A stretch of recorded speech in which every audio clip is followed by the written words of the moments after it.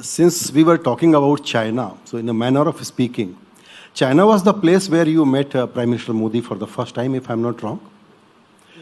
And you mentioned about your career as a diplomat.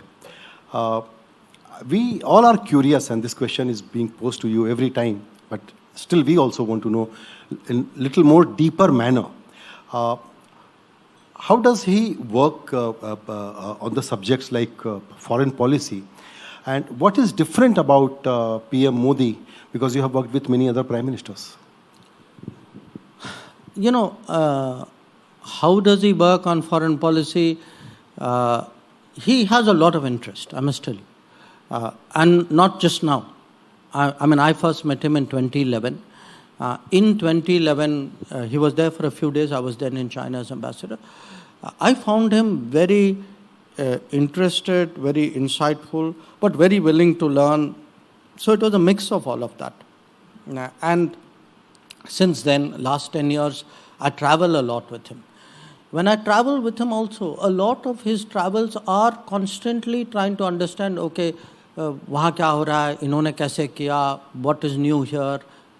So he's constantly looking, you can say like a best practices, because he's a very, someone very committed to building India, but at the same time very technology friendly, very open-minded, always willing to see, okay, what is it, how is it, somebody has done something, which he can then in some way apply out here. So I find him a very, he's a person with great curiosity and a great, very open to this willingness to learn new things. In terms of how overall foreign policy has happened, he gives a lot of time to it, because today it is a globalized world. Sorry, let me ask this question again. For example, the way he came up with a clear thought on what he's going to do as a country on Russia-Ukraine war, that actually makes us wonder that many a times he is much more strategic, very bold, and sometimes he astonishes us by his understanding of the global politics.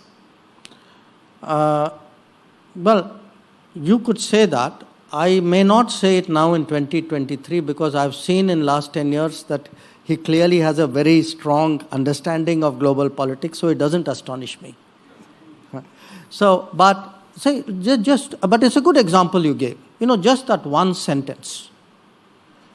ये युद्ध का युग नहीं है. Which basically that this is not an era of conflict. I mean, this is what he said when he was meeting President Putin in Samarkand.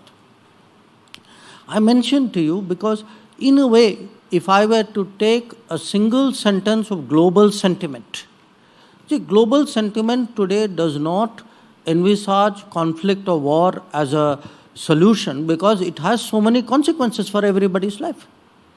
So, I would say he, in that one sentence, articulated what were the views of very diverse countries. So, my take, very honestly, is here is a person, because, see, to be very honest, I met him for the first time in 2011. I got to know him really well only after I became Foreign Secretary. I did not know how much he had traveled before, what his experiences were, how much he had picked up, what his connections were. I mean, I'm still amazed at the people that he knows, the places that he's been. He will say, I remember, acha main wahan gaya tha, mera wo anubhav tha. So, there is a lot to him which perhaps only those who know him well really get. Now, since I've had the privilege of working for the last 10 years, I can say, okay, I know him a little bit better than I did 10 years ago. So there is a lot of, for him, interest in the world. I mean, if you look even at the way we've handled G20, look at our motto, the idea of one family, of one future. Look at the fact that we consulted 125 people. I mean, we did our presidency. We are doing our presidency in a truly global manner.